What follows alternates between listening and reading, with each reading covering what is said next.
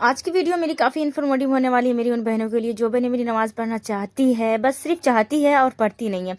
क्योंकि एक मोटिवेशनल जो होता है ना वो काफ़ी ज़्यादा ज़रूरी होता है। तो बस मैं अपनी वीडियो से ना आप सबको मोटिवेट करना चाहती हूँ और मैं यही चाहती हूँ ना मेरी मोटिवेट से ना आप लोग की जो ज़िंदगी है ना वो आसान हो और जो आप जो चीज़ नहीं कर रहे हो ना वो करने में माहिर हो जाए। अस्सलाम वालेकुम माय यूट्यूब फैमिली, कैसे हो आप लोग? उम्मीद करती हूँ आप लोग बिल्कुल ठीक होंगे, मैं भी बिल्कुल ठीक हूँ। तो यहाँ पर जो है ना सीन यहाँ पर हॉस्पिटल की है, क्योंकि 3 दिन से ना चक्कर हो रहा था हॉस्पिटल का।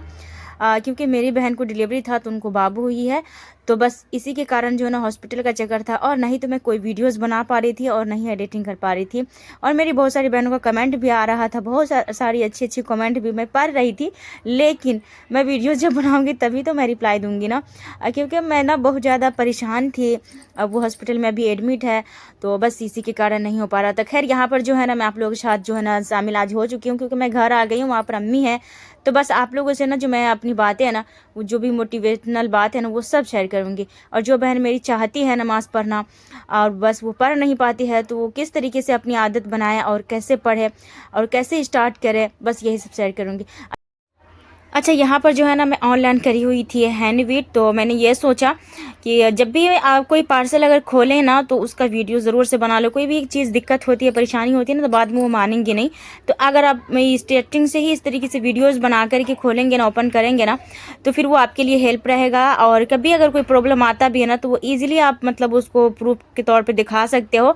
और मतलब वो जो है ना रिटर्न करने में ना ईजी हो जाता है। अच्छा, यहाँ पर जो है ना लाइट भी चली गई थी और मैं जो है ना इसकी इनबॉक्स कर रही थी, तो मैंने सोचा आप लोगों को उसमें दिखा देती हूँ, शेयर कर देती हूँ। तो खैर वैसे तो फिलहाल सब चीज़ ठीक था, लेकिन अभी तो मुझे यूज़ करना आता नहीं है, लेकिन मैं करूँगी। पहले वीडियोस देखूँगी उसके बाद यूज करूँगी। तो वैसे ही आप लोगों के साथ शेयर भी ज़रूर करूँगी।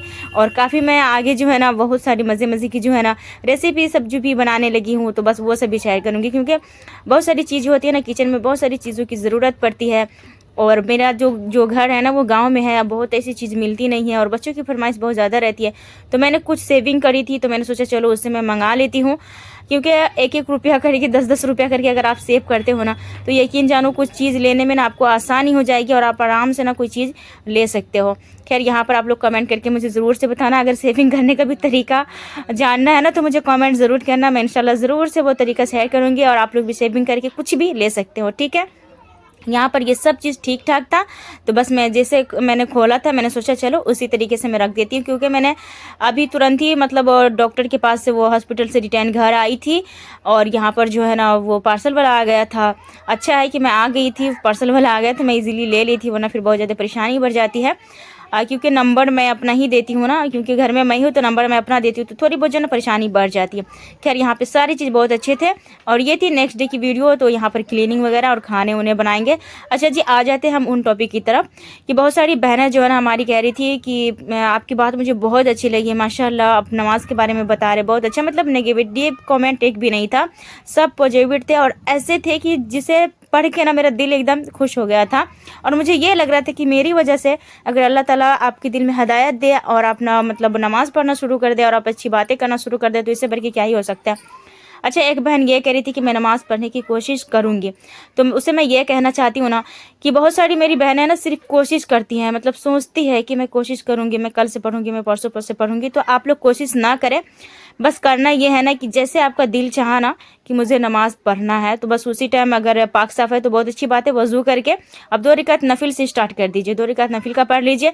यूं ही शैतान परेशान कर रहा होता है इंसान को और जो है ना वो मौका ही नहीं देता कि बंदा पढ़े, बस सोचने में उसका टाइम जो है ना ज़ाया हो रहा होता है। कभी बच्चे का बहाना, कभी घर का बहाना, कभी जगह का बहाना, बहुत सारी चीज़ का जो है ना बहाना ज़हन में इंसान के जो है ना शैतान डालता रहता है। तो खैर इस बहाने से आप बचें और जहाँ पर आपका जो अच्छा साफ़ सुथरा जो जगह है ना वहाँ आप पढ़ने लगे नमाज, ठीक है।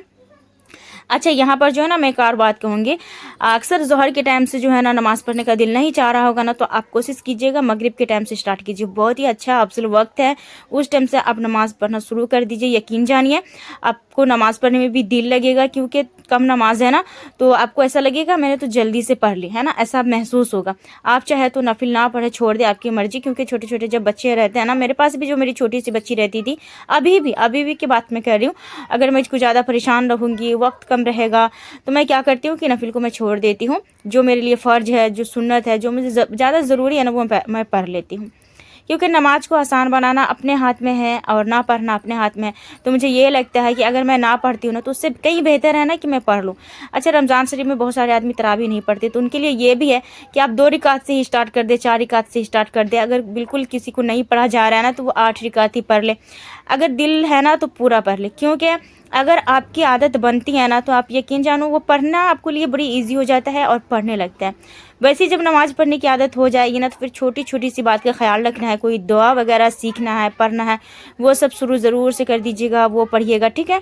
और जैसे सूरह यासीन हो गया सुबह के टाइम में, सूरह रहमान हो गया ज़ोहर के टाइम में, फिर जो है ना सूरह मुल्क हो गया शाम के टाइम में, सूरह जो है ना सूरह वाक़िया हो गया शाम के टाइम में पहली साँझ में, सूरह मुल्क हो जाता है वो उसको ना मतलब सोने के टाइम में पढ़ सकते हैं, ईसा की बात पढ़ सकते हैं, सूरह मुज़म्मिल पढ़ सकते हैं सोने के टाइम में, फिर से अगर चाहते हैं वक्त है तो यासीन भी पढ़ सकते हैं। मतलब बहुत सारी ऐसी चीज़ें हैं ना जिसे पढ़ के ना आपकी ज़िंदगी बहुत आसान होगी, बरकत जो है ना घर में आएगी, मतलब काफ़ी ज़्यादा परेशानी दूर होगी, आपकी जो कोई बीमारी है जो भी है अल्लाह ताला से दिल से दुआ मांगी वो सब चीज़ दूर होगी।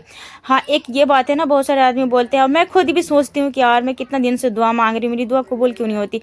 तो दुआ तो कबूल होती है, उसका वक्त मुकर्रर रहता है, उस वक्त पे कबूल होगा, क्योंकि हम चाहते हैं कि ये चीज़ हमें जल्दी मिल जाए, हम चाहते हैं कि ये चीज़ हमसे जल्दी दूर हो जाए, लेकिन नहीं, वक्त हर चीज़ का मुकर्रर रहता है और अल्लाह को बेहतर पता है ना कि ये चीज़ किस बंदे के लिए किस टाइम पे परफेक्ट है।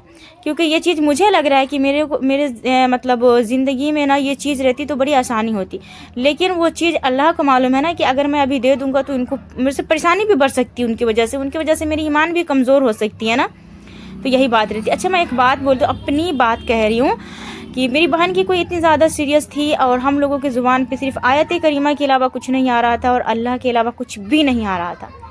जब हर एक हालात सुधर गई, ठीक हो गया, ऑपरेशन रूम से बाहर आ गई, मतलब हर चीज़ ठीक ठाक नॉर्मल हो गया, जैसे लगा कि हाँ मेरी बहन अब ठीक है, उनके बच्चे भी ठीक है, अब हम लोग एकदम सुकून में आ गए, तो फ़ौरन से इंसान को अल्लाह का शुक्र अदा करनी चाहिए ना, क्योंकि जिस अल्लाह से हम उस टाइम से दुआ मांग रहे हैं जब वो उन्होंने मुझे हर चीज़ से नवाज दिया है तो फिर शुक्र अदा करना बनता है ना।